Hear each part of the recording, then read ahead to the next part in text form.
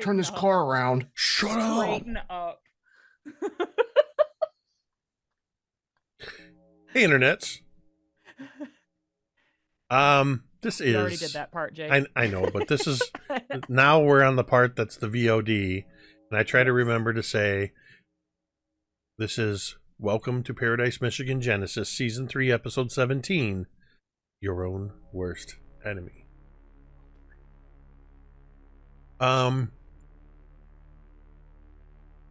Shit's crazy, y'all. I feel like that's the best summation of what's been happening. To summarize, no, that would take too long. Darla was in werewolf form, got crushed from the ceiling because I brought the house down. You, as Ashley Raven, brought the house down on her. So, Darla Stapler, the werewolf, is under a pile of rubble. Ashley Raven and Dr. K were separated, or rather Rosie and Oak were separated, having been sort of passengers along with the adult variations. Having previously been killed, Carlene Adams and Dr. Sharp, their bodies awoke in the morgue, though they are currently occupied by Jessica and Laz. Everybody, most of you converged in the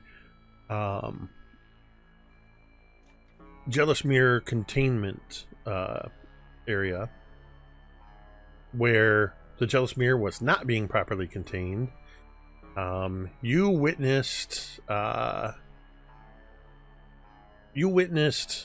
Persephone grab Coop and threatening him, realizing that because of the scene that was portrayed on one of the mirrors, that Persephone in this moment in 1975 was actually reacting in 1985 in the final moments of the Stapler house and the first iteration, threatening to rip Coop's skeleton out. During which point, like you do. Laz drove a fireplace poker into her head. And she has fallen to the floor of the room. We also witnessed through the mirror, the birth of Ashley Raven from a older version of Persephone, aka Sophie, as she was summoned forth from the Jealous Mirror in its form as a spring in the Valley of the Giants on South Manitou Island in 1855. Hard to tell because of the age difference of Sophie. Oh, and we witnessed the origin of Anne, as she appeared as a 6-year-old child in the full-length upright mirror that stands in the middle of the room, and a crack extended out across the floor and up through the image, depicting a 6-year-old Jessica sitting at the top of the stairs when her parents were fighting. And I believe the last line was, "Hi, sweetie."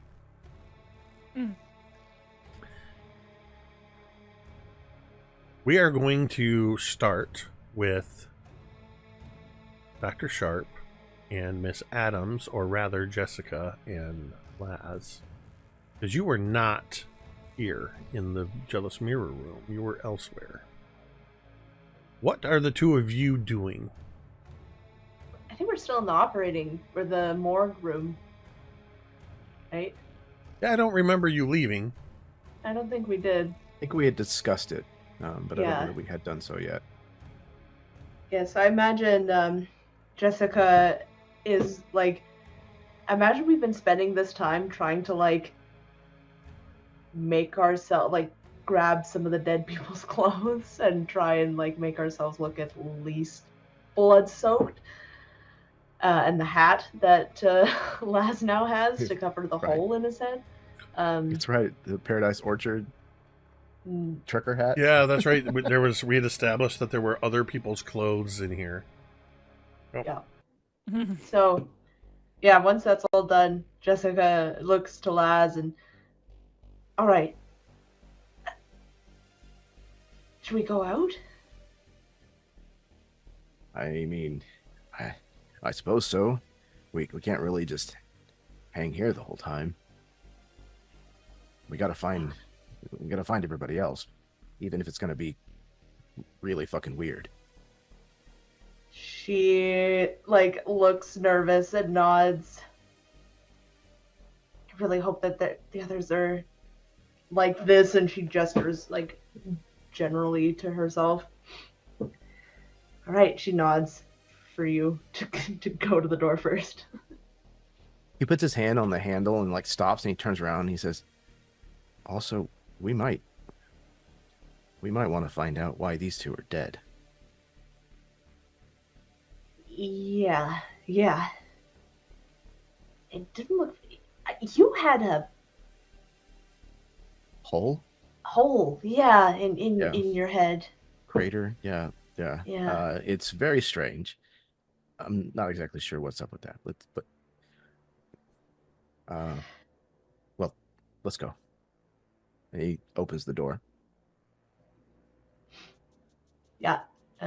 Jessica will follow.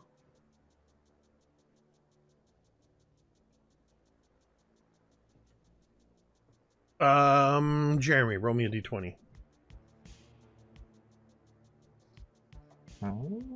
19. Don't know if that's good or bad, but screwing with the bell curve already. I'm going to give you two a little bit of narrative control on this particular quantum destabilization event. What? The event you rolled is called catastrophic probability spasm.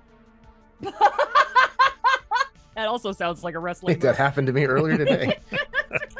Highly improbable events occur. Objects float, soda explodes, gravity might shift. I like to think of it, and sort of the inspiration for it is, if you're familiar with Douglas Adams' Hitchhiker's Guide to the Galaxy, when they're on the Heart of Gold, every time they use the probability drive, very improbable things happen, such as the whale in the potted petunias, for example. So, with that in mind, for the next little bit, what do you see? I guess, what's the catastrophic probability spasm you see out in this particular hallway? I think at some point we turn down a hallway and we end up like on a highland road in the middle of Scotland, and there's sheep that are just like crossing the road. Meh. Meh. A little bell is happening. I actually have a bell somewhere and I don't have it in reach right Fuck. now. Damn it! What? Swing and a miss. Missed opportunity. Mhm. I think test. Sharp looks over at Carlene and goes, "This place sucks. Hardcore." Ooh. And she looks around, she's like, oh, gross. And she like sees the sheep. How do we get back? She's like kind of like stomping. She like stomps on the ground, thinking that might get them back.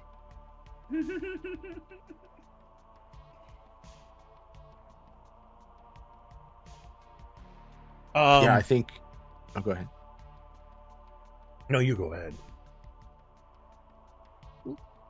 Okay. I think when Jessica stomps on the ground, there's a similar shattering to earlier with how Dr. K was shattering the mirror in the hallways. And the facade, the veil, if you will, kind of like shatters and falls apart, and we're back in one of these, asbestos linoleum lined, fluorescently lit hallways that I imagine, in my mind at least, all look identical to each other.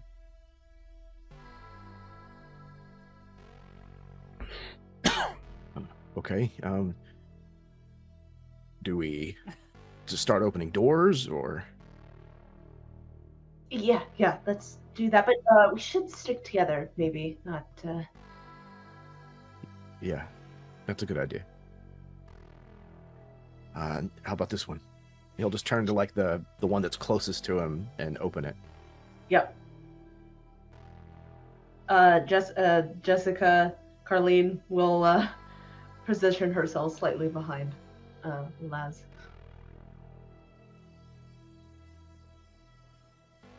Okay. You open up the door, and I had you roll for the quantum event, which is still enacted, by the way. But M, please roll me a D100. Okay. 71. Minus. When you open up this door, and the first thing that happens to you, Jessica, is an animal comes charging at you. What pet did Jessica have as a child that was quote unquote lost for whatever reason? We don't have to get into specifics, but this is an animal you have not seen for at least a few years. What is it, and what's its name? Oh my goodness. It has to be a bird. I think that'd be the funniest. A bird? Okay. Yeah, like a parrot. Like Nobody ever thinks of a parakeet. bird. I love that. Yeah, a little parakeet. Named. Yeah.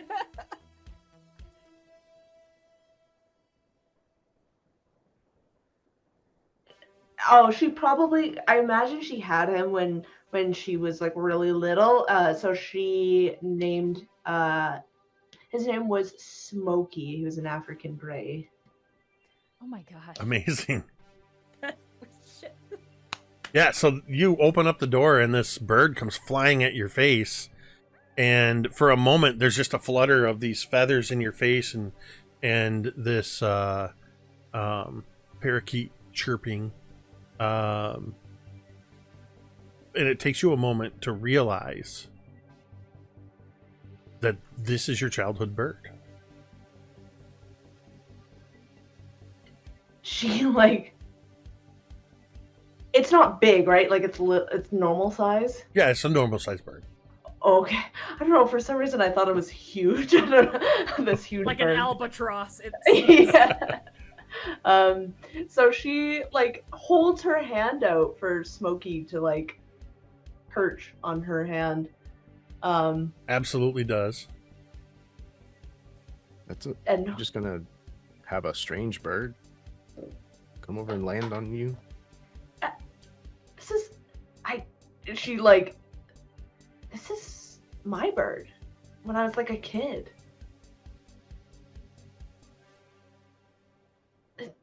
How long do birds live? Oh, like a really long time. But he had like gone missing. They said that he had like flown away and went to go be with his friends. Which didn't make sense because we were in California. She's Wait. like holding this bird. I imagine, because I do imagine it's probably like an African gray bird, and they can talk. So I imagine it probably like says, like just hello. So Hello? yeah, Hello? the Pretty bird pretty is. bird. I imagine you're sort of doing this as the bird's kind of like crawling along. Smokey's crawling along your hand, and then kind of flutters up to your shoulder, and does a little bit of a pecking at your shirt, and says, "What the hell are you doing here?" Do I hear this? Oh yeah, you hear it too. Oh, okay. No, there's no squawk. The bird just says, "What the hell are you doing here?"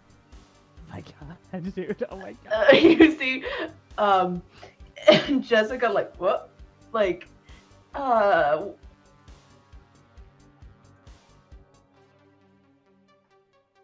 And I- I was not lost, by the way. The Patterson's cat got me. oh, Your parents told you that I was lost. and you're here and talking. I could always talk. Yeah, not this well. Well, I'm technically not really here right now either. Are you familiar with quantum destabilization? I love that this bird just knows what's going on. Laz is looking Once for again, oak. Jessica doesn't have to think about anything. I love it. This is great. No. Laz straight up looks at the bird and goes, "Oak?"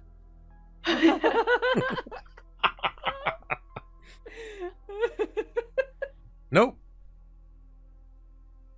Although, the one you call Oak is around here somewhere. You should probably get going, though, because things are going to get really weird. Going where? Going to get weird. Matt. If you keep walking and keep opening doors, you will find it. Or it'll find you.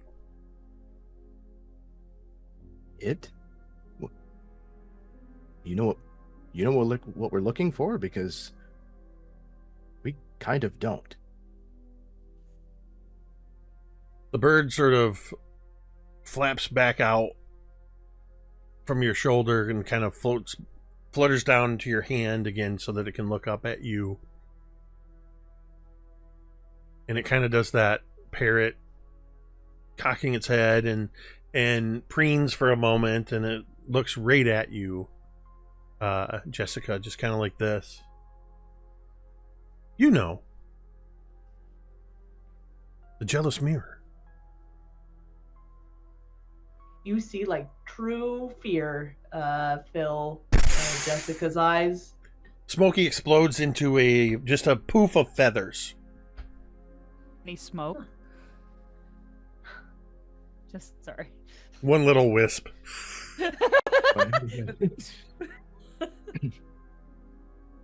What the fuck?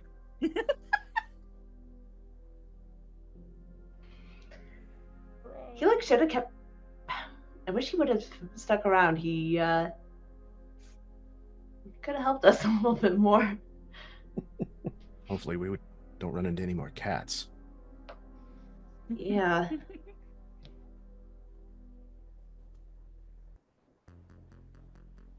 So we're still in the wilderness or the Scotland. No, everything. Oh, You kind of It got came out back. of that. Yeah. okay. You just opened up a door, and this is what was inside, was Gotcha. your childhood pet. Gotcha. So, the next door. Do we see anyone like along You these haven't halls yet. now? Maybe we should look down these halls a little bit before we open any more doors. good Unless idea. you have any pets you want to Put a talk to. few doors between us, and then it's probably a Yeah. good idea. Yeah. Okay. Yeah. Okay. And he walks down like 6, 7 doors and stops in front of one, and then looks back and then he moves like 2 or 3 doors further down. And then he reaches out and grabs the handle, and then he kind of looks back, and he holds his hand out to Jess. Yeah, Jess grabs it. Yeah. And then he'll open the door. D100, please. Ay.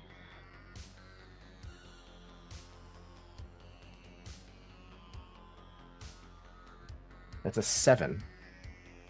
Ooh. Again, with the bell curve. I'm gonna just shatter it. Love it.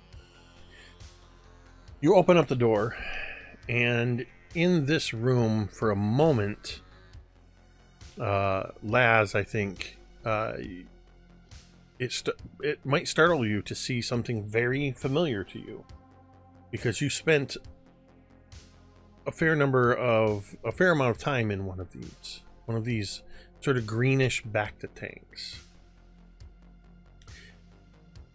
It is not empty. There is a child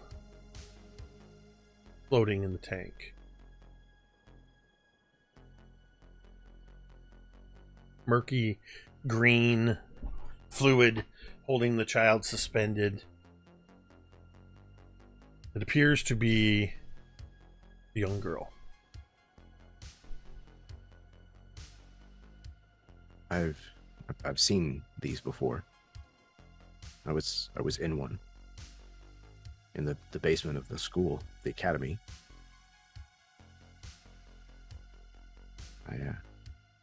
Should we, any kind of just points?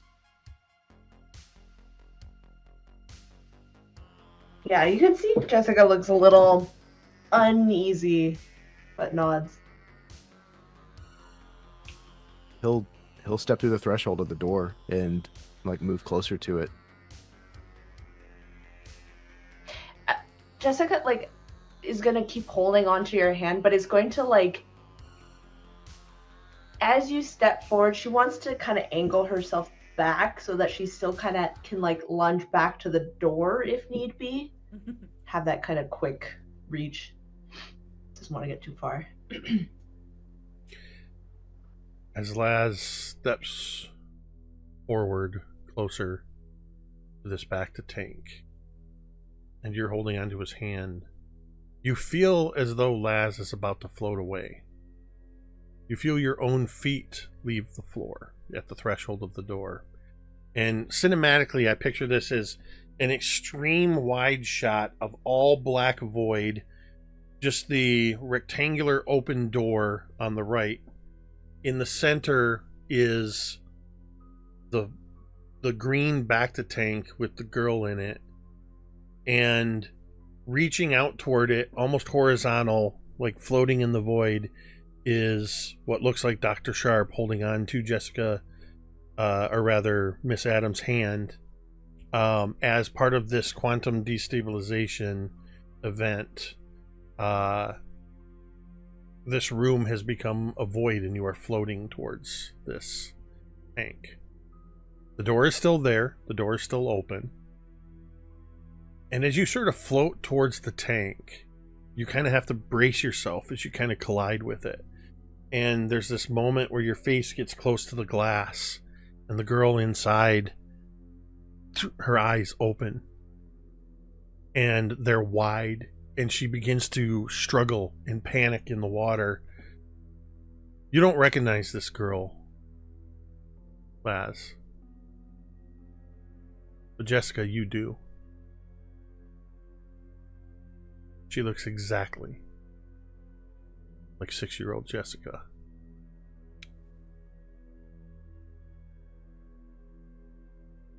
Laz still has the poker that was the instrument that killed Devin. I think he grabbed it. Oh no, he grabbed a scalpel. You grabbed a scalpel, yes. Grabbed a I scalpel. thought you grabbed both. No? But I think Jessica has the fireplace poker because you were holding the fireplace poker towards Maybe. Devin when you woke up. Yeah. Oh, okay. Did the Yeah. poker not dissolve? It did. You're Oh, absolutely okay. right. Yeah. I think she dropped it and it like Yeah, disapparated. So I remember, the poker disappeared. Okay. We've become entirely too reliant on Tamiko's notes that when we don't have them, we don't remember. No, Tamiko spoils us rotten, and it's We a got That it. should do. Yes, I told her that what she does is a blessing, and she shouldn't apologize for not having No, been not at able to all. do them. So I think he's gonna look for some kind of mechanism that he can try to deactivate. You know, an off switch, a plug that he can pull, something like that. We need to get her out of there. Go If it's ahead and give me. Anne. Sorry, I talked over you. Yeah, that's what Jessica says. Les says that we have to get her out. As you hear the small voice. What if it's Anne? Anne. Why would it be Anne? Because that looks like me. He freezes. I thought Anne came from a mirror. The jealous mirror. I don't know how any of this works. She didn't come from. I don't know where she came from. Was it originally from the jealous mirror? Maybe. But maybe not. She looks at the tank. She's like, or maybe it's a copy. Like you. All I know is it's terrible being inside that thing. I wouldn't wish it on anyone. You see Jess like freeze. She looks scared, but I think as soon as you say that, she looks back at the tank and sees like the 6-year-old inside and then nods. Yeah, you're right. I need both of you to make flight checks, please. I'm assuming I'm making this as Devin. Yes, you will be using your adult counterparts' stats because you're beholden to their body. Light, you said? For stats, are we using like physically there and mentally ours? Yes, that Great makes sense. question. Okay. Yes, good question. I think they just get whatever one's best between the two, comparatively. Ooh. I exploded for a 7. I imploded with a 1. Uh-oh. That old bell curve, man. Taking another hit. Right? So, Dice are like, fuck Jessica, you beat the DC. I don't know if you all were paying attention. I rolled a D20 while you were talking, and it came up. I saw it. It was very high. It came. Well, it landed on a 20. It landed on a 16. I know. It settled on a 6. Jessica, you are able to sort of almost reflexively move out of the way, but with a 1, Devin Sharp's body, or rather hand, you suddenly feel something cold, wet, clammy grab hold as this little girl's hand passes through the glass, grabs hold, and starts to pull you with incredible strength through the glass. I am holding on to Laz. Can I pull him back? Go ahead and make a brawn check. Okay. A 9. Got a 6 again. So I'll start the narration. You guys can take over at a certain point. What is happening as you pull back on Laz/Dr. Sharp?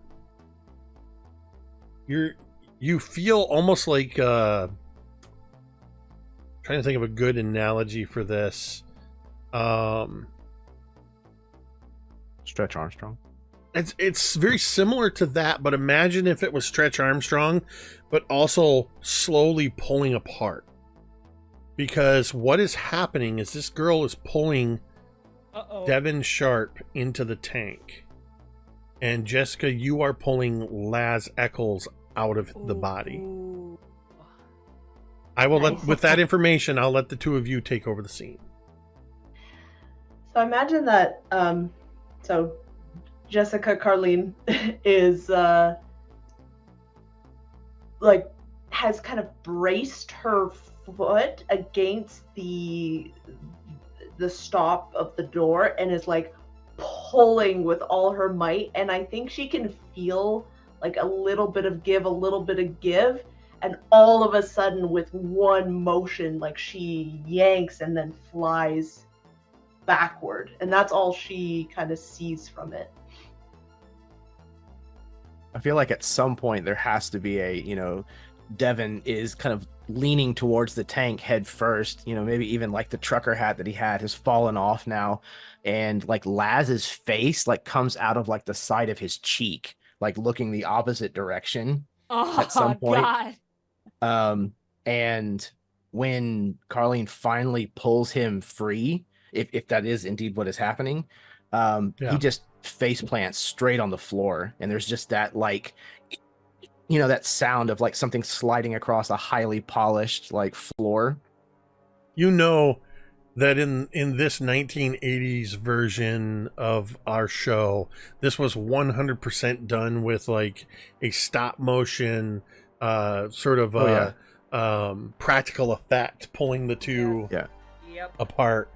And American Werewolf in Paris. And it's one of those things that would really scare the shit out of you when you saw it on television as like an 8-year-old. And you see late night HBO as you skid across the floor, and as Jessica / Carlene was pulling, you both sort of tumble out of the room, out of that void, and you see that tank with little 6-year-old Jessica / Anne / Shrug, and Dr. Sharp, lifeless, floating in the tank. The girl is no longer struggling. And right before the door closes, you just see as she raises the hand that she was holding on to and starts like she's going to take a bite of it. And then slam, the door closes in your face. And as the door slams, we're going to switch scenes. We've got 3 others. I'm going to roll a d6. 1 and 2 is Oak. 3 and 4 is Rosie. It'll be a 4. 5 and 6 is... Oh, it's Nope. Oak / Dr. Yay. K. Yay! You're both people in the room there. So what's going on, Dr. Oak K? K Oak? Okay. Gee, man. Yeah, I think Oak is in preservation mode. Dr. K specifically is in preservation mode. He knows what is happening, and he is trying to solve everything before it all collapses in on itself. Just a reminder, you are separated. You are both Oak and Dr. K as separate entities. Yep. Okay. Yep. So we're all going, at this point, I think that Dr. K has been leading the 4 of us back to his lab at a certain point, and there's this moment where he kind of flings open the lab door, and like the residuals from the shattered glass sort of like hang in the air, but you can they've almost dissipated, like the way that the fireplace poker has dissipated away. Like you could see like small fragments of them, but it's almost gone. So he sort of like wafts whatever's still in the air away, and he's now looking to Ashley, and he's now looking to Rosie, and then he looks to Oak. Okay, so I didn't expect y'all to actually be here. Something happened, I imagine. I'm like looking at whatever Ashley that Raven was, and then looking at Oak and like, and I just like shrug in agreement. Yeah. Whatever that was, we got to get you back. So, maybe while I try to place things together here, why don't you try to explain to me what happened? Okay, the last I remember, we were trying to get back to this cave thing where this girl named Sophie, who also apparently is like also Coop's sister. Uh-huh. Yeah. What about it? Well, we tried to get back, and then Algernon. God damn that son of a bitch. Okay, what happened? Well, he said he was going to try to save her, but then he like locked us out from getting back from Chrome City. Son, are you sure you're not playing video games instead of like being out there and trying to solve all this nonsense? I'm not playing a video game, I swear. It really happened. We went to this place called Chrome City, and there were supposed to be some keys that we were supposed to get. Rosie is putting it together real quick while these two are talking. Like, obviously, that is grown-up Oak, and that is young Oak. And Rosie kind of like looks at Ashley Raven, and then like looks at herself, and then looks at Ashley Raven again, and is like, do I grow up to be you? Are you like the boss? And Ashley Raven looks down and is like, yeah, yes, I'm the boss. What else would I be? And Rosie looks at her again and goes, I mean, you just look like a boss. If you're not the boss, it's no big deal or anything. And Ashley looks at her and goes, I am the boss. And Rosie just kind of like gulps and gets quiet. And then she just kind of like inches a little bit closer to Oak as the adults are talking. You watch as like, even though he's having this conversation, Oak is still like looking to you, even though he's trying to pay attention to whatever Dr. K is going to be saying to him. And you see as you kind of scoot over, he like extends a hand out to you, and if you take it, he would like gently just like squeeze your hand, and like, I do. Like it'll be like it's okay. We're gonna be okay. We have people here that seem to care. Like we're gonna be all right. And like he goes, okay. Still got my eye on Ashley Raven. Yeah. Trust this shit. Okay. Ashley, you said I could look at that. Whatever Yes. they gave you from corporate. Yes. Whatever that was. Yes. Okay. All right. And I just hand it to him. Okay, so goddamn, changing things every day. Okay, well, let's see. And he kind of opens it up. I'm gonna need whatever passcode they gave you. It's 1111. What else would it be? Okay, fair enough. He like unlocks it, and all right, so Oak, you fill me in as much as possible, and Oak goes about very much like an Olaf situation of explaining the entirety of like the Chrome City, the keys. If you've seen Frozen 2, you know what I'm talking about. Like that whole like full cinematic experience level like explanation of what went down in the different Last time on Kids on Bikes. Right, exactly. I won't go into detail, but there's moments where Dr. K has to stop and like look at him and be like, "Damn, kid, we've been through a lot, but that's a lot. You shot a tank? Yeah, I shot a tank. It was pretty freaking awesome. Okay, but that's besides the point." And then he starts unlocking parts of the phone and trying to see if there's icon device, parts of the icon device, and trying to see if the icon has anything that might be able to assist him even further than what he currently has in his lab.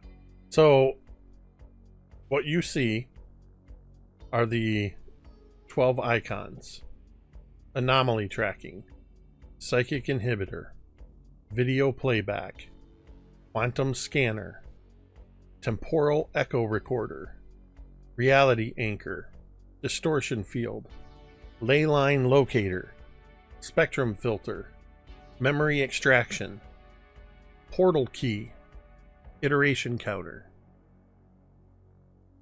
Okay, and he kind of like looks to it, portal key. Okay, well,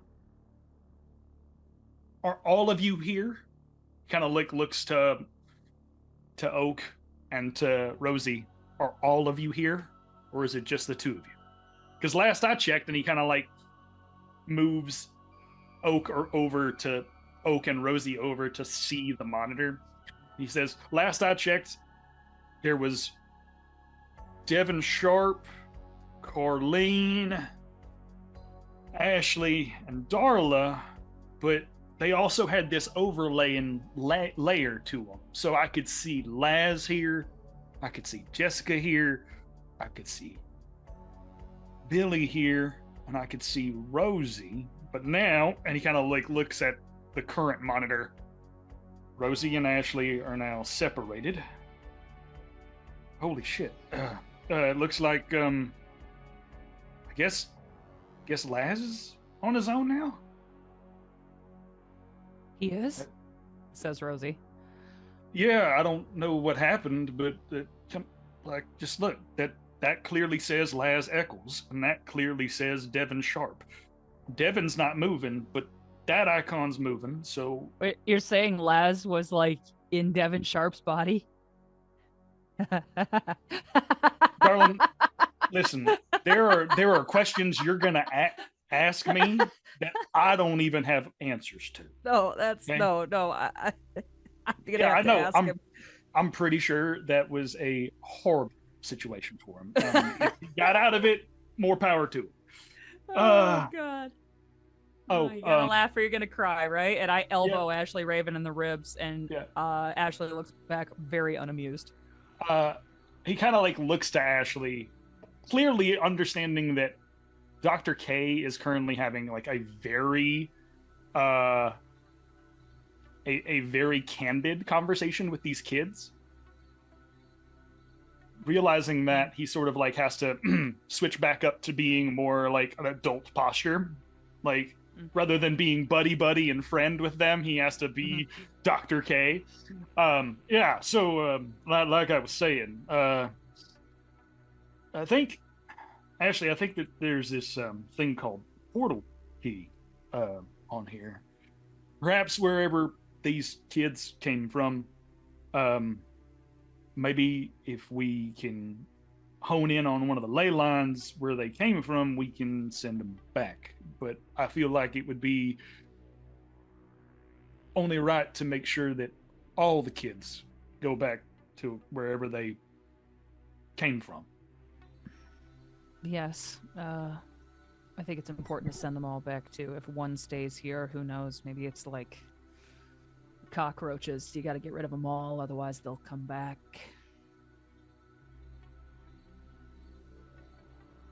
He kind of looks to her and then like looks to Rosie. "Yeah, I don't usually refer to them like that, but yeah, no, you're right." Kind of like swaps over to the kids. He goes, "Okay, Oak, you probably won't learn this for quite a few years, but I'm gonna need you to hop over here." And he kind of like spins a chair over to Oak, and Oak kind of like hops up like a kid in a chair and just slides over to one of the consoles. He goes, "Okay, so I'm gonna tell you a couple of things, and while I break open this device, I'm gonna need you to do a couple of things trying to locate those ley lines, okay?" He goes, "All right, I got this. When I tell you go, you're gonna push that button there, and you're gonna type in a couple of numbers. 4, Once that's 16, all done, 15, Yep. 16, 22, Yep. 23, 48. Yep. The Just- lost numbers. Exactly. Rosie, Yeah. Ashley, how about you Yes. help me with this?" And he says, "Okay, I'm gonna need, from the two of you, I'm gonna need to be able to try to wrangle these kids up. So if you could find a way to, what is it? Reality? Oh, hey, yeah, here we go. Something about a reality anchor. Maybe if we can anchor their presence to here, that might help." So, and he kind of like chucks out 2 more chairs in the office and like positions them accordingly. Would there be any kind of an intercom facility that Ashley Raven would have access to? Oh, 100%, 100%, 100%. I think Ashley Raven goes over to like the nearest phone and then like picks it up and types in a code, and then you hear like a click over like the intercom. The PA system. Yes, exactly. Ding, ding, ding. Attention, any children currently in the facility. This is the current operations director. If you could report, what room are we in again? what floor are we on? What room are we in? To the quantum labs. If you could report directly to the quantum labs, that would be much appreciated. Again, this is the operations director. We have a few of your friends here, and I think Ashley Raven holds the phone out to Rosie. And Rosie goes, yeah, guys, we're not in trouble or anything. I promise. This isn't like a hostage situation at all. I promise. But that makes it sound more like a hostage situation. Fuck, shit, fuck, sorry, fuck. And then it's like, you hear language. Again, report to the quantum labs. And then you hear, and then you hear boom, boom, boom, boom. With that, I'm actually going to use that to switch scenes.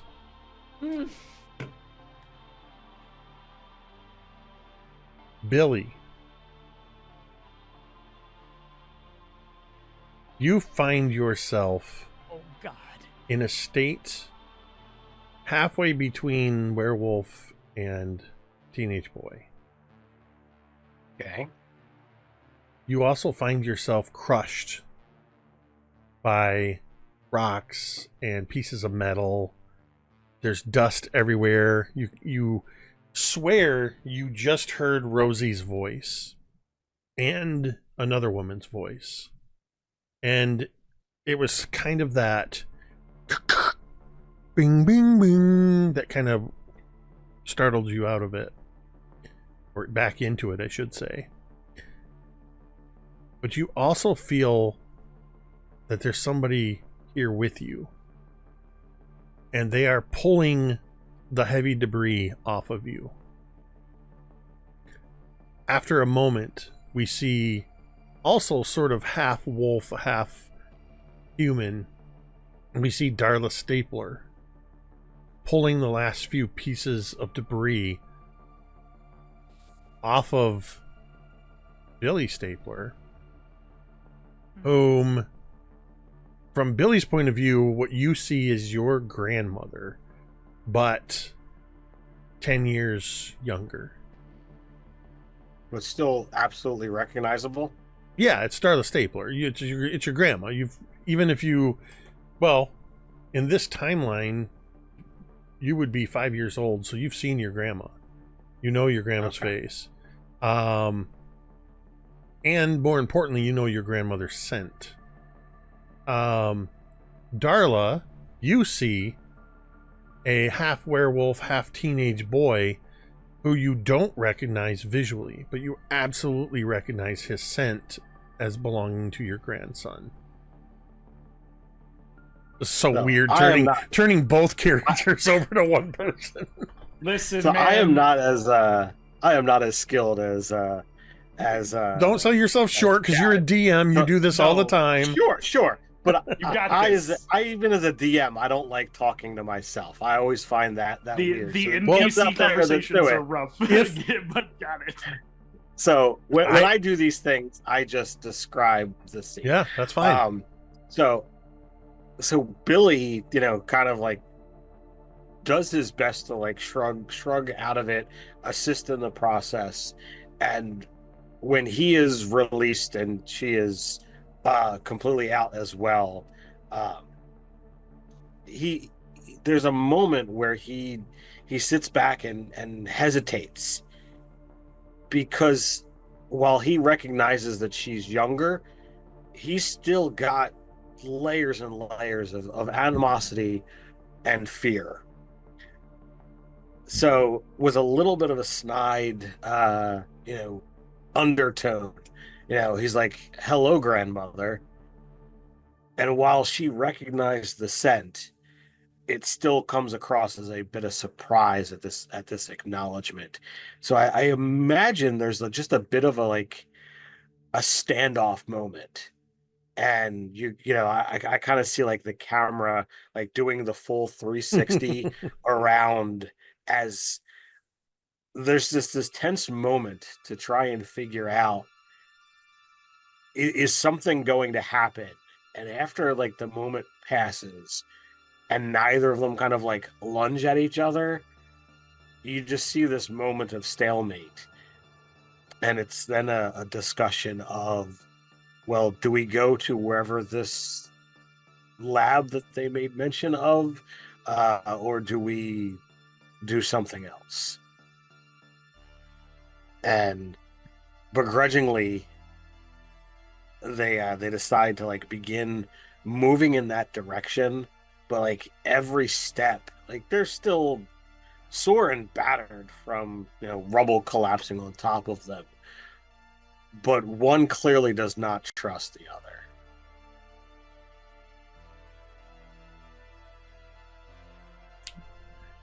So I imagine that in this case, Darla is leading the way. Yeah, I mean, Billy has no idea where he is. He doesn't even know how he got here. All of a sudden, like, Billy, I think there's, and you can decide to what degree, but I think there's a point where after you get out of this rubble-strewn hallway, first of all, I feel like regardless, since Darla was just chasing Ashley, and even though the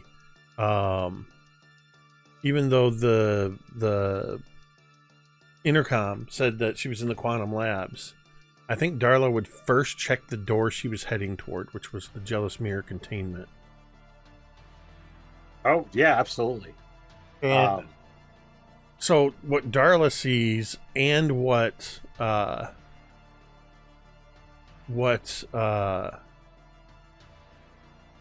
Billy would also see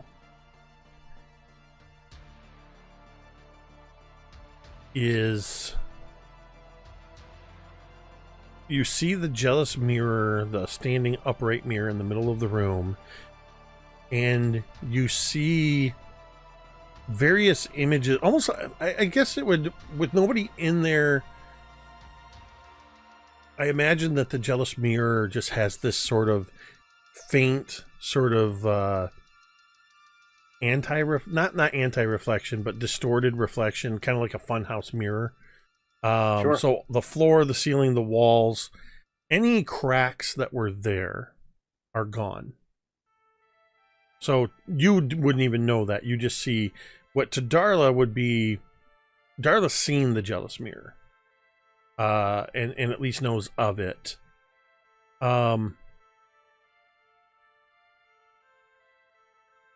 Billy, and so I want you to roll brains both for Billy and for Darla separately.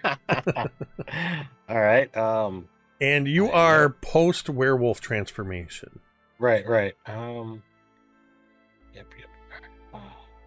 Gotta pull up. All right. So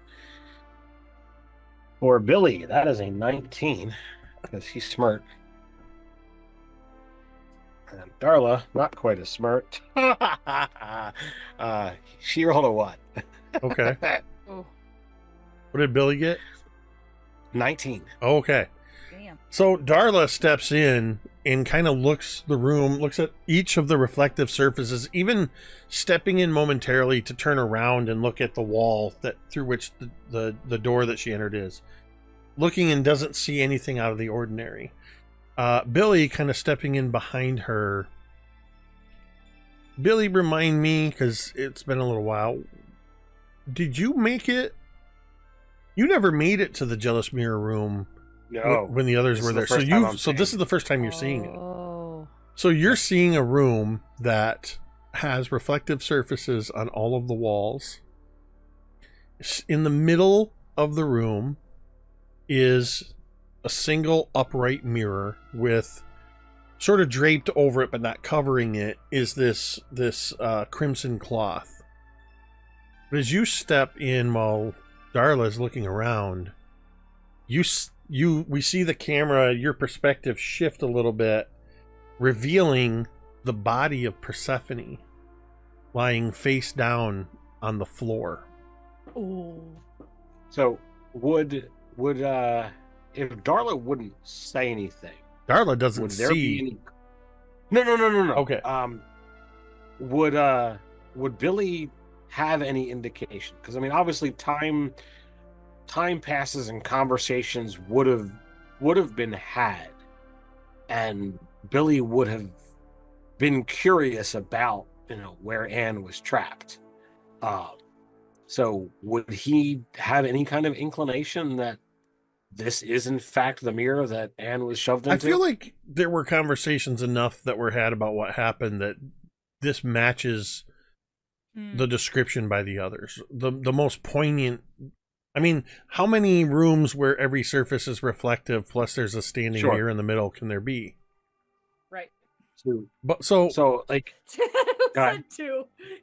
Oh, you go ahead. I want to see where you're going. Oh yeah, sure. So you said that there is a cloth covering the central mirror? No, it's draped over it. Like it's kind of hanging there, like it maybe can be pulled over the mirror, but it's not currently over it. The mirror's reflective surface is visible. So I think there will be, a moment where, like, Billy acknowledges the body of Persephone, but as he takes the room in, like, I imagine that, like, his eyes would perk up and, he would just be like, is she here? And he would kind of, like, not throw himself out, but he would go forward to try and look in this mirror. As expected, as you step toward the mirror, a reflection steps forward towards you as well. Except this is the reflection of a 6-year-old girl. Whoa. As you step forward, Haunting. she looks up at you. And you see her cock her head, and then her eyes get a little wide. And you see her close her eyes, and she squints really hard. And you watch as this 6-year-old girl ages up to 17 or 16. I forget which. Jessica, how old are you? 16 or 17? 16? 16. Yep. So up to a 16-year-old girl. And though she looks exactly like Jessica, you recognize the differences as you see Anne on the other side of the mirror. So I would put my hand. She, at the same time, she puts her hand up. And the two of you are... There's just that micro millimeter of distance separating the two of you through the mirror. Reunited and it feels so good. So, like, I don't even know what Darla would do in this moment. But Billy is completely focused on the mirror, and he has no idea whether Anne can hear him.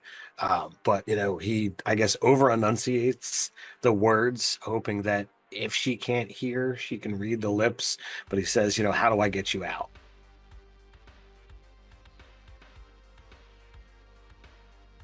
You have to find me first.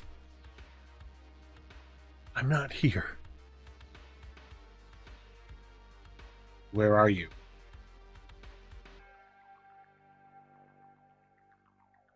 I don't know if you're ready for that. I've been all over. I've been across the timelines. I don't know what else I need to be ready for. Did they tell you what they did to me? They gave me the short version that there was a fight and that the other boy shoved you into the mirror with himself. He dragged me down and held me. I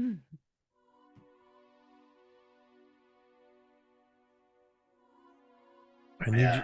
I need you to find me. And I need you please to give me. I need you to bring Jessica. Oh no. Don't do it. Don't do it. I need you. You're gonna need all your friends. And I don't know how you're gonna get here. But if you care for me at all, Billy, you'll come get me. And even if none of the others can make it, you've got to bring Jessica. Oh my god. Oh. She won't come easy, but I will. Promise me. You see her fingers curl on the glass, almost like she's trying to grab your hand, like to interlock fingers. I unintended. I mirror the gesture. Ha! Zing! She leans in close, her head close to the mirror, and places her forehead against it. So I imagine at this slightly awkward moment, Darla is looking around. I don't know as Ted what her true feelings are for, Billy and the kids. But I can't imagine that there's not at least some affection for her grandson. So I think in this moment, she kind of like steps to the doorway and is like kind of looking out in the other direction, waiting for me to finish whatever it is that I'm doing here. Which is why she still doesn't acknowledge the body.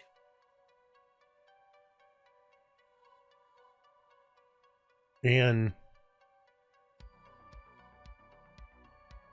looks right into your eyes.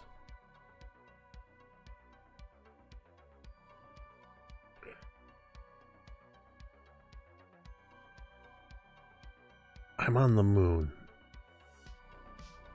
I'm sorry. On the moon. That's not what I was expecting to hear. Are you only able to appear in this mirror? I have been trying to contact any of you for so long, and it's only because whatever's happening there, whatever protections they have around the mirror at that facility is weakened. As long as it's not turned back on, I might be able to reach out through other surfaces. Been trying to reach out to Jessica. Jessica's not going to want to talk to you. The animosity she has towards you is pretty severe. And that might be putting it mildly. So I reach into my bag and I pull out the compact mirror that I've got, which is basically like a scout signaling mirror. And I've been carrying this since you were drug away from me.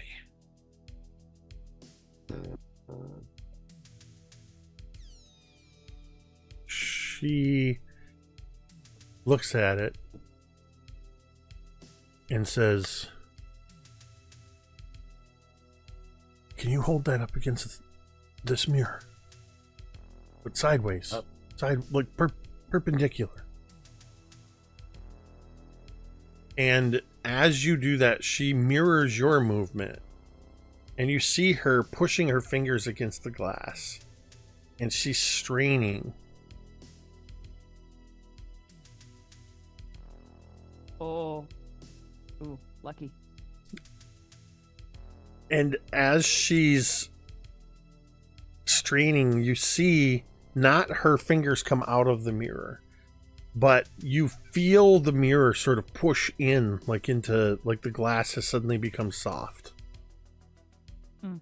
And the mirror you're holding pushes through that mirror, and you feel as she grabs hold of it. She places her other hand up and braces herself and pulls a mirror image of your signal mirror into the mirror with her. Oh. Step back and look into your mirror. So I step back and pull up my mirror. You see only darkness as she's holding the mirror. She closes her eyes. She takes a deep breath.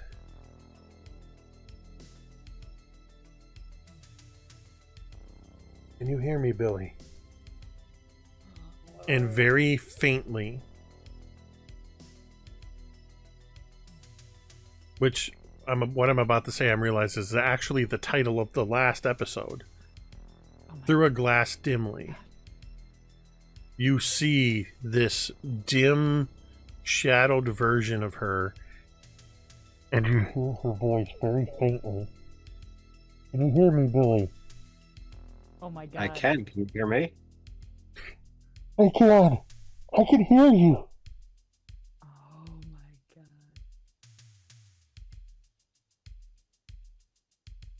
You've got to find some So way I'd like. to get to the moon. I'll do my best, but I'd like you to try your try that skill or trick once more. And I pull out from my bag the picture of us at the dance.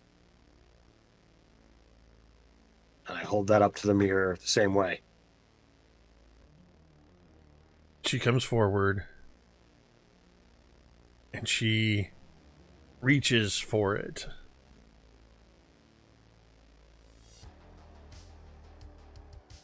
That's a natural 1.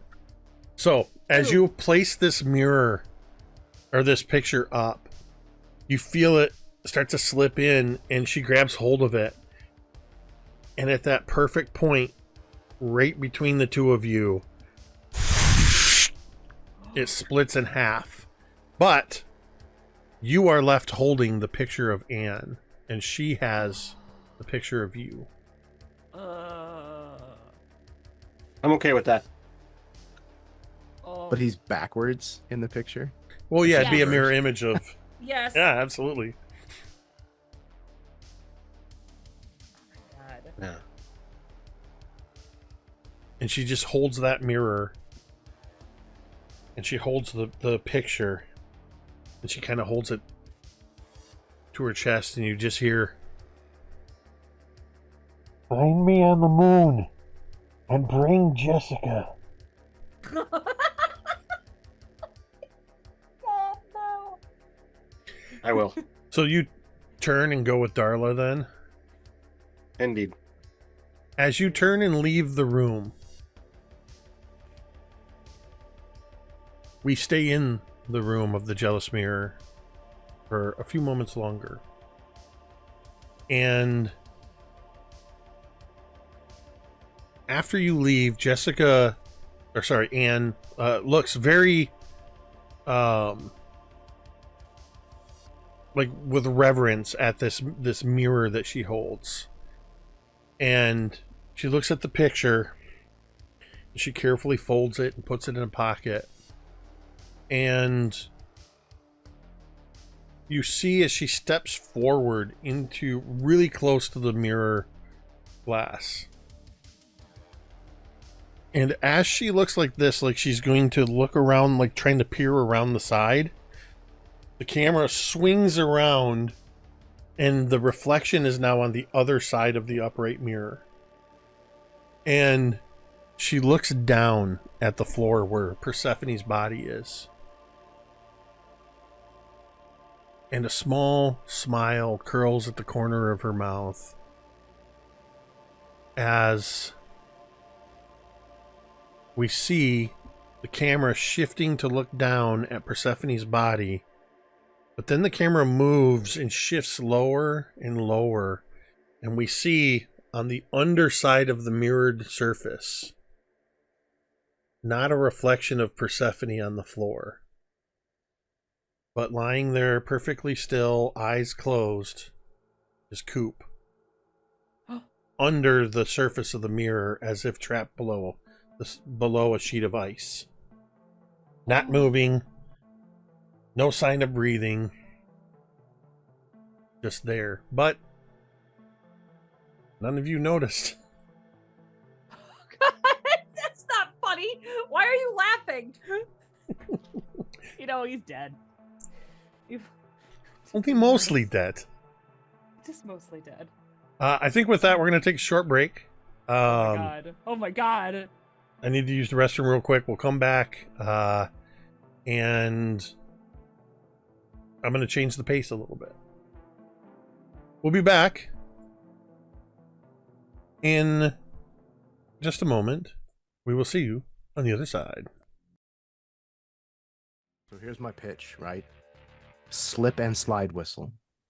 That's all I'm going to say. And with that, we're back. Greenlit. Dr. K, back in the lab, you and Ashley Raven and Rosie and Oak. There was a point earlier on where I almost said, I need one of the four of you, realizing that there's really only two of you. I was going to have you roll dice. I mean, really, I have multiple people up here, okay? Yeah. So it's fine. So you are messing around with this icon device. Ostensibly, you know what anomaly tracking does. Yep. You know what the psychic inhibitor does. You know what the video playback does, and what the quantum scanner does. You also, Ashley knows what the memory extraction does. You can infer based on the other items what they might do. Is there anything else you are doing with the icon device? What are you doing? Well, for one, I think I would take an opportunity to use the ley line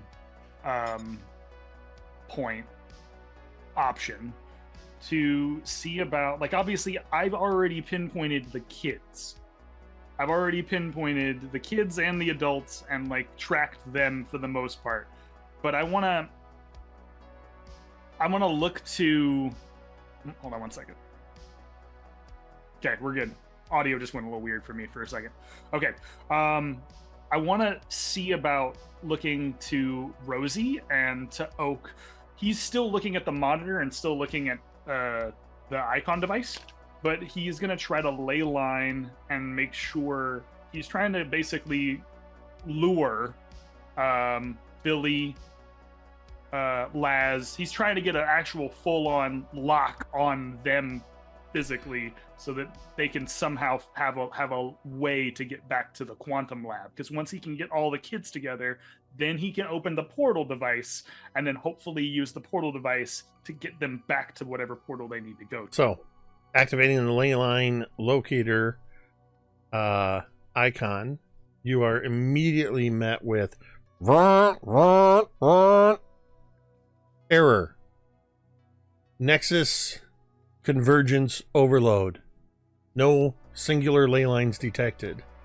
Reminding you that the Nexus Labs is a nexus point where So all it ley doesn't- lines converge. Yep. You ran that into wouldn't the work. same problem when you tried to put the ley line glasses on. detector glasses on while at a nexus point. You literally can't see the forest for the trees, as it were. Okay, there. Okay, well then that's shit. Okay, What is it that you have Oak doing again? Oak is, I think, trying. I have Oak trying to keep an eye on the monitor to see if any of the other kids separate from them, like bisect away from their other counterparts. So there's that moment Through where what way are Laz you doing? Through what way are you through doing the that? monitor the monitor that came up, where earlier I was able to locate the Oh yeah, okay. where both of So them were able to see. stack on top of each other. Oak, as you are looking at the monitor, there's a glitch. Just a burst of static, and then a little sort of like the vertical hold has gone off on the old CRT TVs. Like the tracking is gone wonky on the VCR, and then it kind of goes.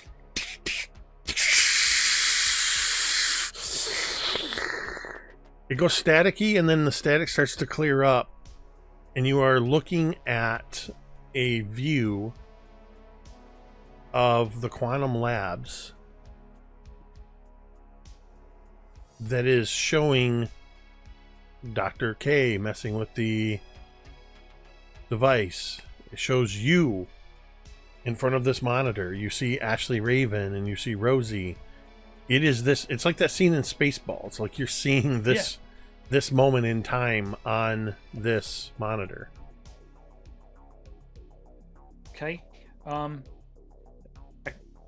Oak will like turn a dial to see if he can go to a different room, see if there's anything that he can like, if there's another room he can locate. So okay, he knows the people in this room. He's now going to try to like, I want to try to see if Oak can spy Jessica, if Oak can spy Laz, if Oak can spy Billy. If like, I want to make sure I have a tangible tie to all the kids. Okay. In some way. So you turn the knob. I want you to roll me a D100. Okay, sweet. Let's do it. I love rolling dice. Ooh, okay. Almost the perfect number, but not quite. 68. Nice. Ted, roll me a D100. Yes.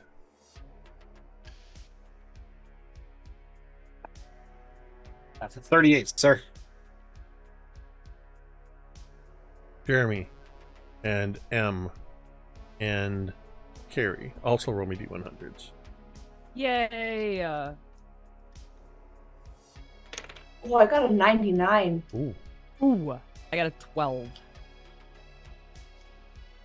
I got a 66. Ah! So close. So, away. as you turn the dial, you immediately see Laz and Carlene Adams tumbling into a heap together on the floor, coming through a door. Laz, I'm not going to do this to you. I've been debating it since you got pulled from Devon Sharp, having you be naked as a jaybird. I kind of feel like you just got Do pulled what out you of need to another do, body. Sure. Can the hat make it the ball cap? It's just You only have a appropriately trucker hat. placed. You only have a Yes. trucker hat that, as you use it to cover yourself, very prominently displayed on the front is 2 cherries. No. Yes. So yeah, that's what you see is naked Laz come tumbling out, and you see Carlene Adams as well. So he's like, "Oh, you're not jumping to us. Sorry. Go Nope. for it." He just sees that on the monitor as he turns. There's a moment where you flip and you do see a different view of the same room, but you see Rosie, as if just a single camera was dedicated to Rosie. And then the role with Billy in particular was, if you had gotten closer, you might have seen a little bit more. But what you see is Billy and Darla Stapler walking through the hallways together with purpose. And that's what you see on the monitor. Can I add just a touch to that? Yeah. So there's a bit of stiffness as, Billy and Darla are walking down the hall. Billy clearly not wanting his grandmother to have witnessed any of that, and her feeling a little awkward about having any kind of conversation in it. So they're both like marching down the hall, him like a half stride behind, clearly like no emotion on their face, not looking at each other, kind of like almost looking slightly askance.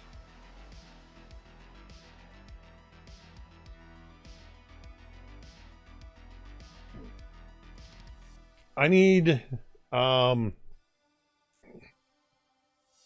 Darla. I need a D100. Darla's going Okay. to, at a certain point, Darla's going to stop in a hallway and open one of the doors. All right, which one do you want first? No, just either one of you. I just need a D100. I meant Oh, that it okay. was. I meant that collectively it's your scene. Okay. All right, that's a 53. Oh, interesting. You got one of the groupings, so I need you to roll twice. After all of that about rolling just once, I actually need you to roll two separate numbers. All right, I got a 98 and a 3. Damn. That is, man, a lot of, this is not a bell curve at all tonight. Okay. It's incredible. Well, I mean, I So- rolled 3 times, 53, 98, and 3. That's a pretty nice mix. Yeah. Yeah. So- yeah. Using the 98 and the 3, I'm going to combine those as you follow Billy with Darla.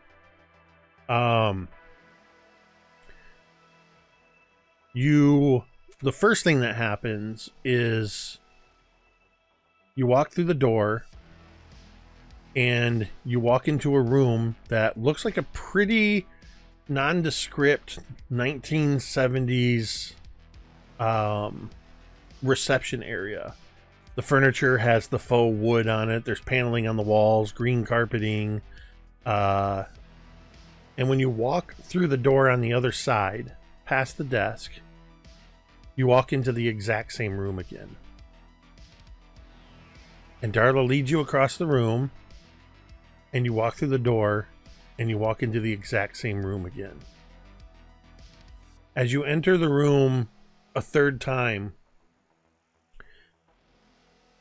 Darla stops and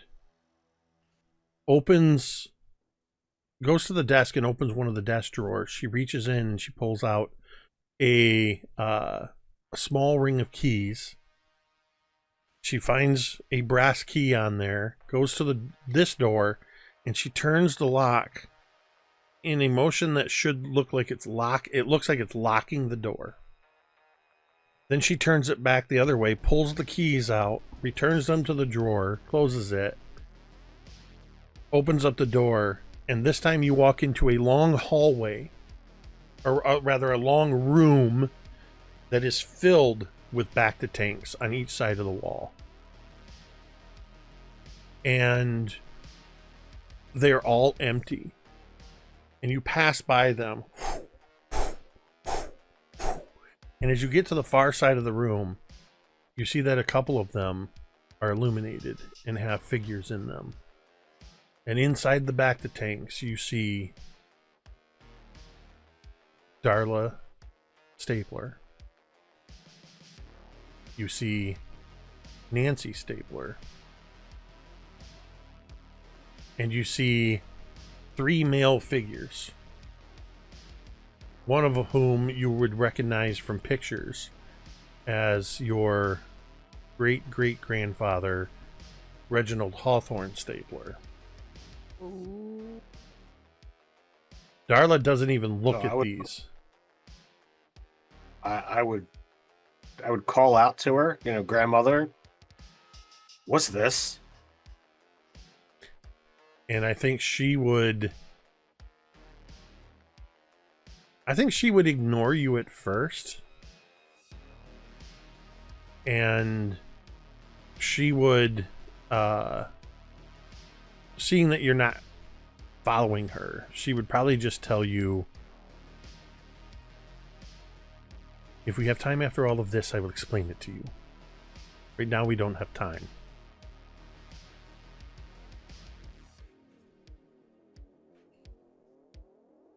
So, like, there's a moment where you can see Billy looking like he's prepared to like put his foot down.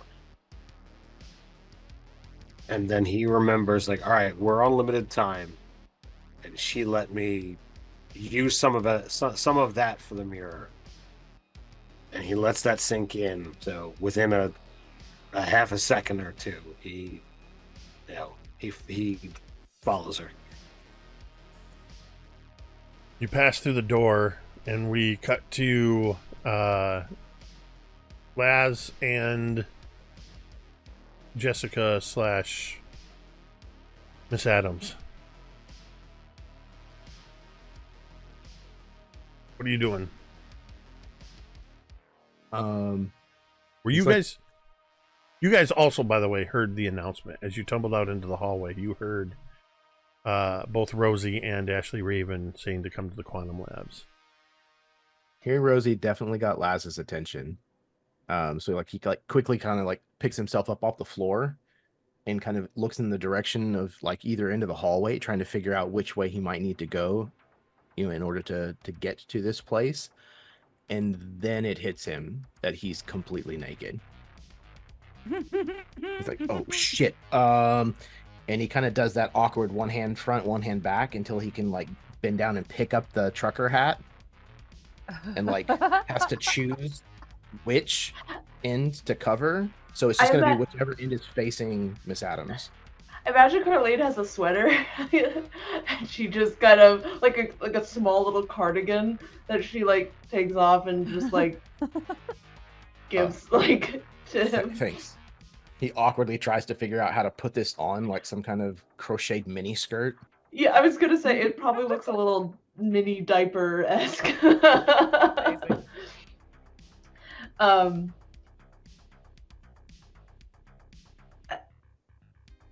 Maybe they're in trouble. You can see that she is like worried. Her focus is on Rosie. Yeah, it definitely sounded like maybe Raven got a hold of them again. Rosie sounded like she might be like in trouble. Do you like know the way to the quantum lab that they were talking about? Like, I mean, Jessica's been there. Well, no. Yes. Well, Jessica's been out of there. You like were Jessica. You were in the quantum lab. That's how you first showed up. You and Billy first showed up. Oh. That was the place that when they locked onto your signal when you guys were coming out of the miniaturized version of Paradise, they basically hijacked yours and Billy's signals, and that's where you appeared, was on the floor in the quantum lab. Okay, so she could reasonably get herself back. Not only reasonably, as you begin making your way, Jessica, when you come to an intersection, you know exactly which way to go. Like, intuitively. You don't even have to think about it. You just come to an intersection, you make a left, you make a right, etc. You seem to completely know where you're going. Like, Okay. her feet have traveled this before. Yeah, I think I remember this way she is going to like lead. Back in the quantum lab, I think you hear Rosie go, shit! And then you hear like a thunk as she kicks a candy machine that she can't fucking get to take her dollar. All she wants right now is a Snickers bar, and it's not working. so the first thing after that, I think as you're kicking this, trying to get this, the Snicker bar is just, it's teetering. It's one of those spiral type things, and it's caught in such a way, and you're kind of pounding on it. The camera does a rack focus, and we see in the reflection of the glass of the candy machine, Ashley Raven standing there. But in the reflection, we also see the shadow symbiote standing over Ashley's shoulder. Ooh. Everything is converging. I think... Oh, go ahead. Sorry. It's almost time for them all to go back. And I think Ashley wouldn't say anything. She would just like put her hand on Rosie's shoulder and just say, "Don't kick that." And Rosie would kind of like look over her shoulder and be like, it took my $1 and I can't get the Snickers bar out. And you see Ashley Raven just like wham, like the Fonz, and it just goes boo, boo, boo, and it like tumbles down like there, and like she walks away, and she doesn't respond to the symbiote. She just kind of like looks at Rosie again, and then looks at Little Oak, and sort of like nods, I guess. Dr. K, the icon device begins to vibrate in your hand. Ash, And What? one of the icons is in time with the vibrating. One of the icons is going. which one is it? It is the I go over to Orson. anomaly tracking icon. What? The anomaly tracking's pinging, I guess. You're gonna have to tell me what that means. Basically, I'm gonna press it and see what happens. Okay. This is one of the ones, Ashley. Yeah. This is one of the icons that Steve Jobs explained to you how it works. Oh, great! And what does this one do again? It tracks For anomalies. the audience, because of course I remember. It tracks the anomalies that are happening. It detects. Oh. It detects and triangulates local, temporal, and dimensional anomalies. Alerts user to Okay. reality shifts and rifts in space-time. When you touch the icon device, you see a classic 1980s green and black wireframe view of the Nexus Labs that sort of shows your area, and you see little red dots popping up to show you, Dr. K, Oak, Ashley, Rosie. And then you see, as it zooms out and sort of moves into this like 3-dimensional rotation, we see Laz and Jessica, and we see Billy and Darla, coming at from different angles, all converging on this location. Oh, good. It looks like they're Okay. coming this way. Okay. Hey, Oak. Yeah. We're kind of like he kind of like slides over. I think we're missing one though, because I count Laz, Jessica, Billy, Rosie. Who else are we missing? Well, Miss Adams. No, I see her there too. Oh, good. Miss Adams is there. Well, no, she's not. She's not on there. No, you It's see just the Jessica. It's just the kids at this point, right? Like I'm only seeing. Oh. No, you see a few of the adults too. I see a there's few, but there- Jessica is there, not Adams. Okay. No, it just says Jessica here. Oh, weird. Yeah, weird.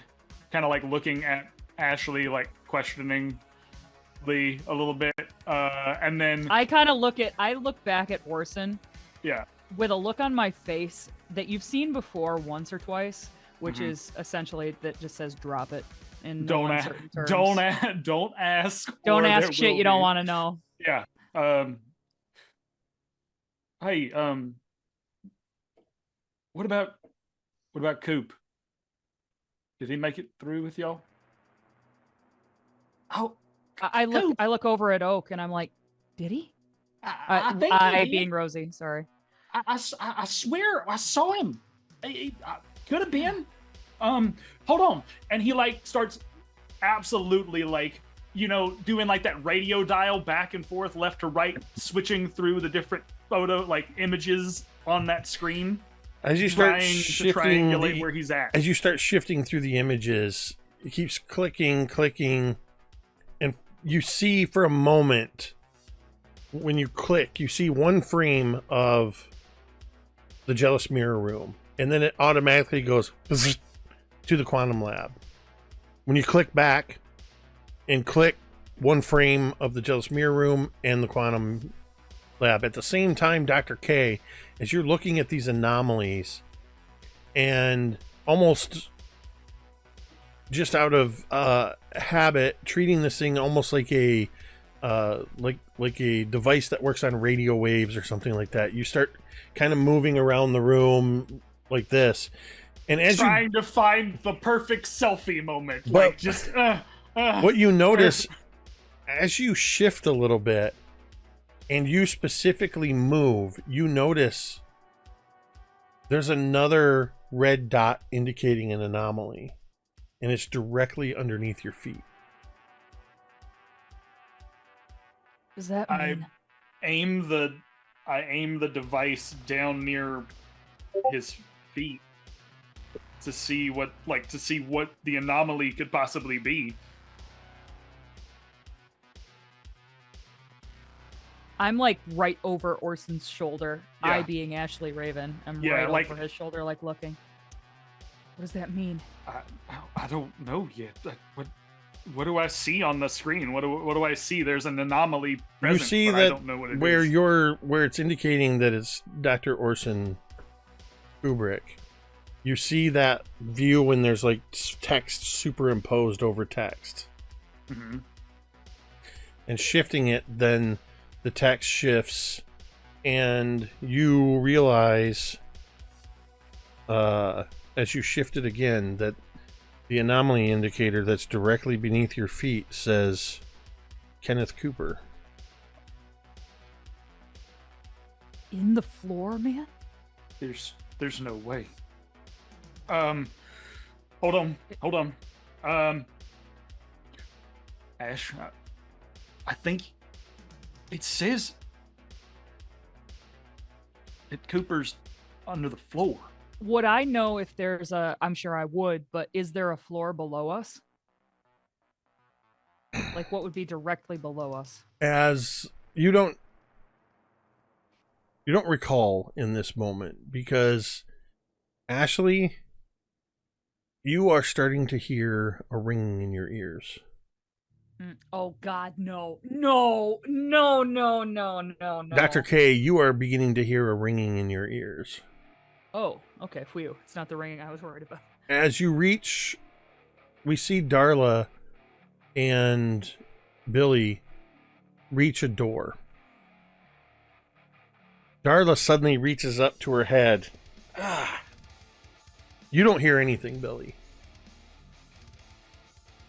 Laz and Jessica, you reach a door. And neither of you hear anything. Jessica, you just know beyond a shadow of a doubt this is the room you were supposed to be in. Through squinting through the pain of this high-pitched keening sound in your ears, Dr. K, you see that all the anomaly dots are converging on this room. And we sort of see the screen begin to split. We go split screen as Jessica reaches for a doorknob and Darla reaches for a doorknob. And then on either side of the room, a door opens. And as they step through the door, Jessica, as you step in, Jessica steps through the door and Carlene Adams' body falls limply to the floor just outside the door. Laz, you kind of quickly move out of the way as you're sort of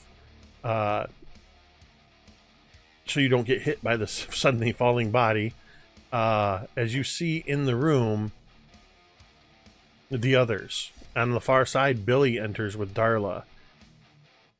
Darla, Dr. K, and Ashley Raven are all grabbing at their heads. And in a moment where the best way to describe it, and this is for Oak and Rosie. It's like you blink and the scene changes, but when the scene changes, it's like it was that way all along. So it's not like you just see like a finger snap and something's different. It feels like it was already like this. You guys are not in the quantum lab. You're standing in the jealous mirror containment room, where you've been this whole time. Oh, God. It's like the holodeck. Dr. K is standing right next to Persephone's body. And directly below Dr. K's feet, below the reflective surface of the floor, is the seemingly dead or unconscious Coop. You will have all stepped into and are now in the jealous mirror room as the doors close behind you. And as the doors close, that silvery, like mercury, just... You are sealed into the jealous mirror. Oh, God. We're in it. Oh, no. At least we're together. Rosie runs... So you say we all see Coop? Yeah. Fucking... Okay. Rosie runs over and like, oh my god, Jess, can you like reach through and get him? So before Rosie even says anything, like as soon as I realize we're in this room, my first instinct is to look to Jessica and see what her reaction is. Oh yeah, Jessica's freaking out. She's in the mirror again. Yeah, but I think As Rosie that's happening, kind of just like, come on. Yeah, Rosie kind of pulls her out of it, and she's gonna try and reach through the ice. You reach down, and this is base level phasing. Yep. No dice needed. You just reach your hand through, and your hand bumps into Coop as soon as you reach through the surface of this mirror. And as soon as your hand touches Coop, it's as if an invisible rope tied around his waist grabs him from below and goes, and yanks him away from you and into darkness. Oh no. Where your hand is reaching through the mirror, cracks begin to form.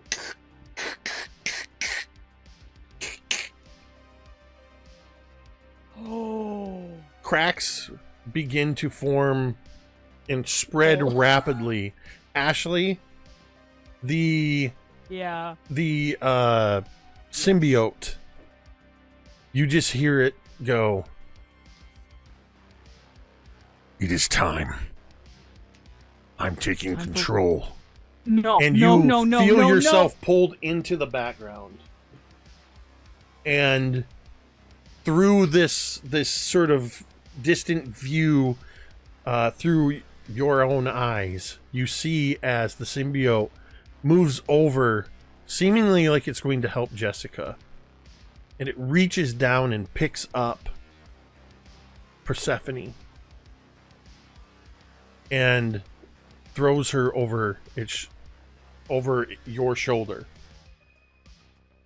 It then goes over to Darla Stapler, and with shadowy, spindly fingers, it reaches through the back of Darla's head into her head, and you just see Darla's eyes go, and she goes limp. Oh, and it picks her up, Matrix style, right? and puts her, yeah, Not like very this. much like Not when like Switch this. got disconnected from the Matrix.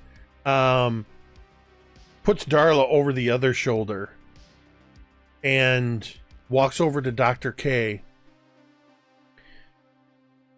And you don't quite see what it does with Dr. K as it turns and looks.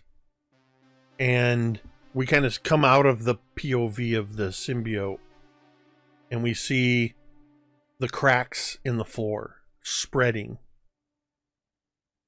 what was a metaphor describing, or a simile describing the ice, or the mirror surface like ice, has become all too real, Jessica, as you feel you are on thin ice.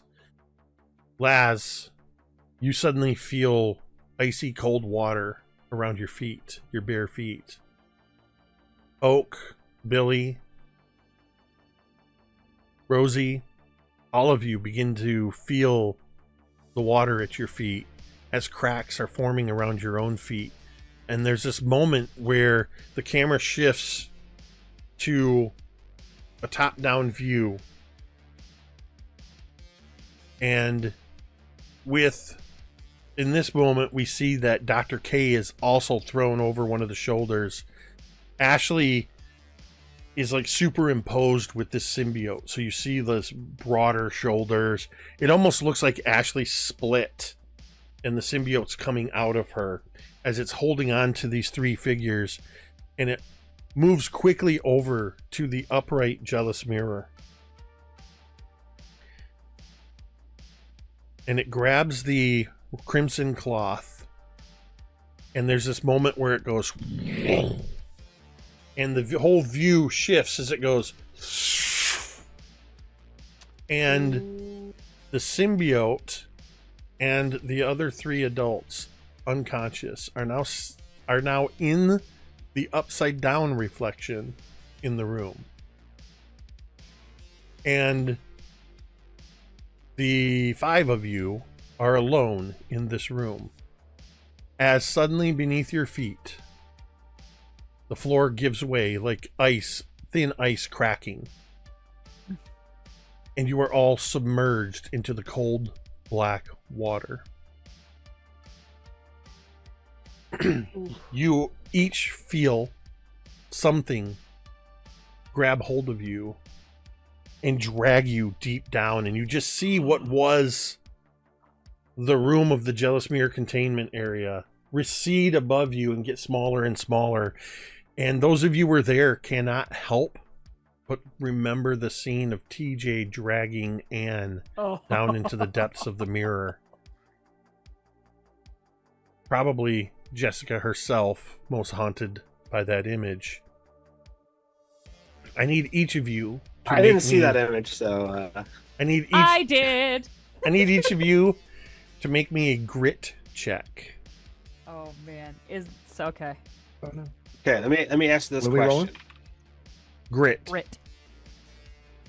Yes, Ted. I'm in the room with the mirror, and I feel like I'm being pulled in. I was going to say something before you started doing all this, but like, Billy thinks this is a way to get to Anne, so I don't think I'm stressed at all. Okay. Super chill. Billy is the chillest.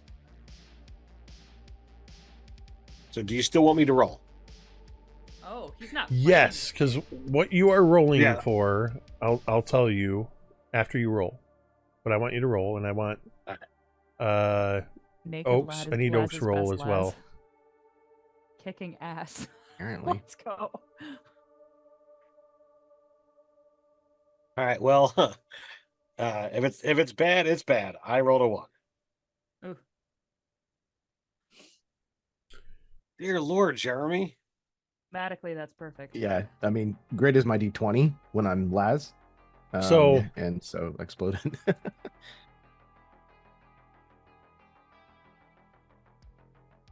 What this means is, as you are pulled deeper and deeper, Oak, Jessica,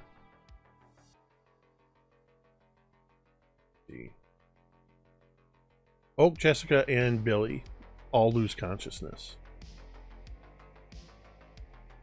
which is going to be super important because as you feel your lungs tightening, Rosie and Laz, although I'm gonna say with you exploding and hitting up to a 24, Laz, you don't even feel the tightening in your chest. Like, you have that lung capacity, or at least took a big enough breath, despite your smoking, to Maintain your breath until you suddenly burst through the surface of a body of water. Rosie bobbing up next to you and gasping for breath. And as you are struggling to find purchase, there's no ground beneath your feet. Next to you, you see 4 bodies, boom, face down. Oh, next to shit. you, Coop, Jessica, Billy, and Oak. Oh. It takes.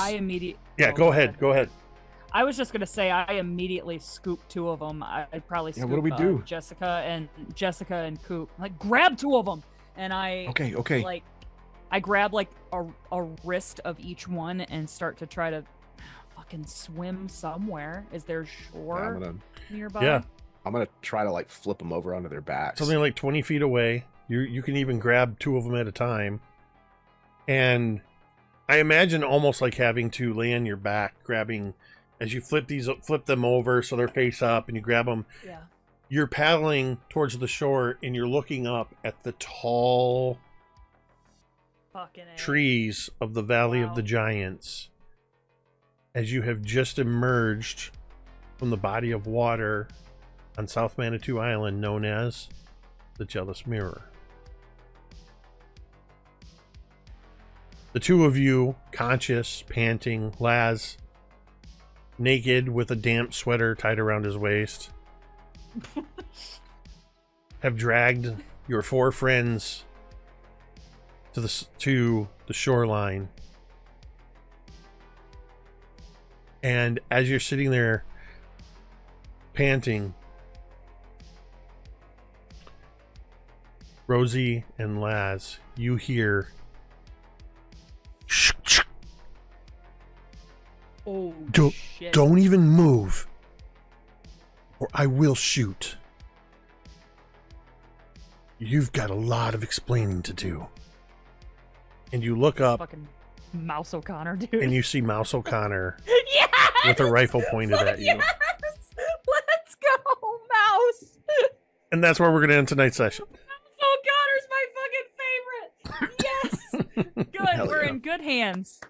We will be after we do some explaining. Well, for some of you, might need some explaining done to you because you've just been violently yanked back into at least the location you were at, and you see somebody that recognizes you, maybe. So we'll see what this all means in our next session. Naked as a wee baby. That's a wee babe. But you'll notice the overlay has reverted back. Ah, seamless. Oh, Butte. yeah. I did not notice. When did it happen? While you were surfacing. Oh. It's actually been active beneath the other overlay this whole time. The other overlay obscured the labels enough. Little look behind the curtain here at MTV. But yeah. So there you have it. Episode 17. We'll come back next week for episode 18. The Nexus arc completed. And yeah, you're back on South Manitou Island. You have a lot more information than you had before, and probably a lot more questions. I've got some things planned. How do you get to the moon? Yeah. That's the biggest. That's one question of many. Well, this is not the first time you kids have been told about the moon and No, we got to talk the to importance our of the boy, moon. Roy So, Algae.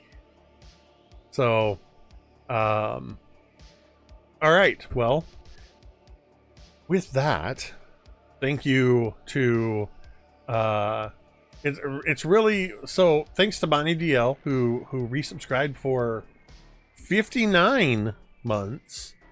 And then, of course, the rest of you supplied your own domain pops with Dice on Ice for 73 months.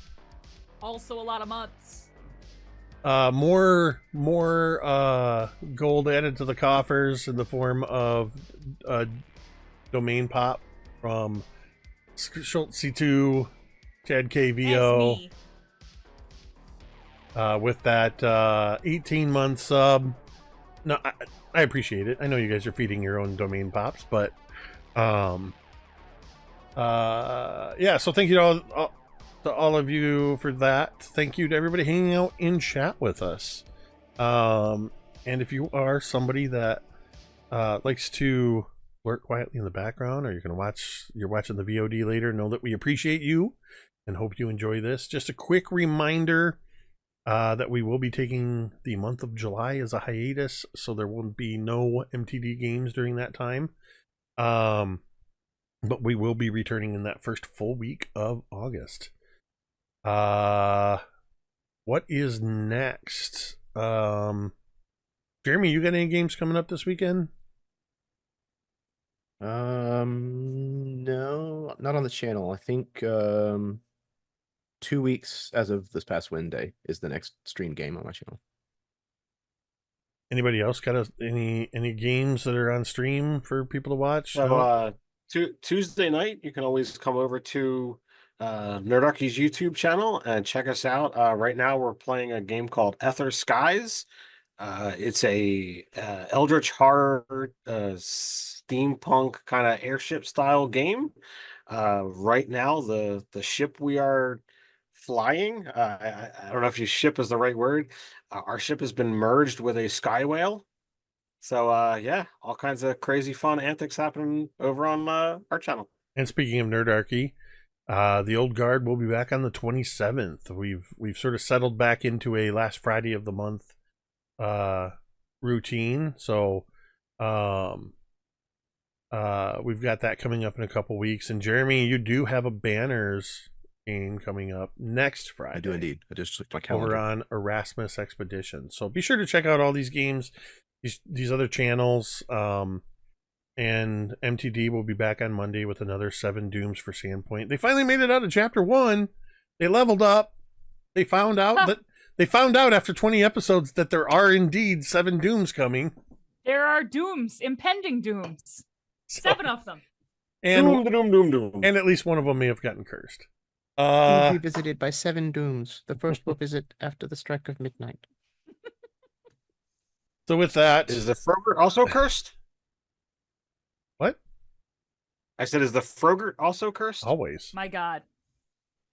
My God. So with that, I will say a final thank you to these amazing players. Thank you to Chad, Carrie, Ted, Jeremy, M. And though she was not with us tonight, she was with us in spirit, Tamiko. Without whom, this would just be me talking to myself for a couple hours. With that, we're going to end the stream the same way we end every stream. And you can say it with me if you want. Wait a second. Is this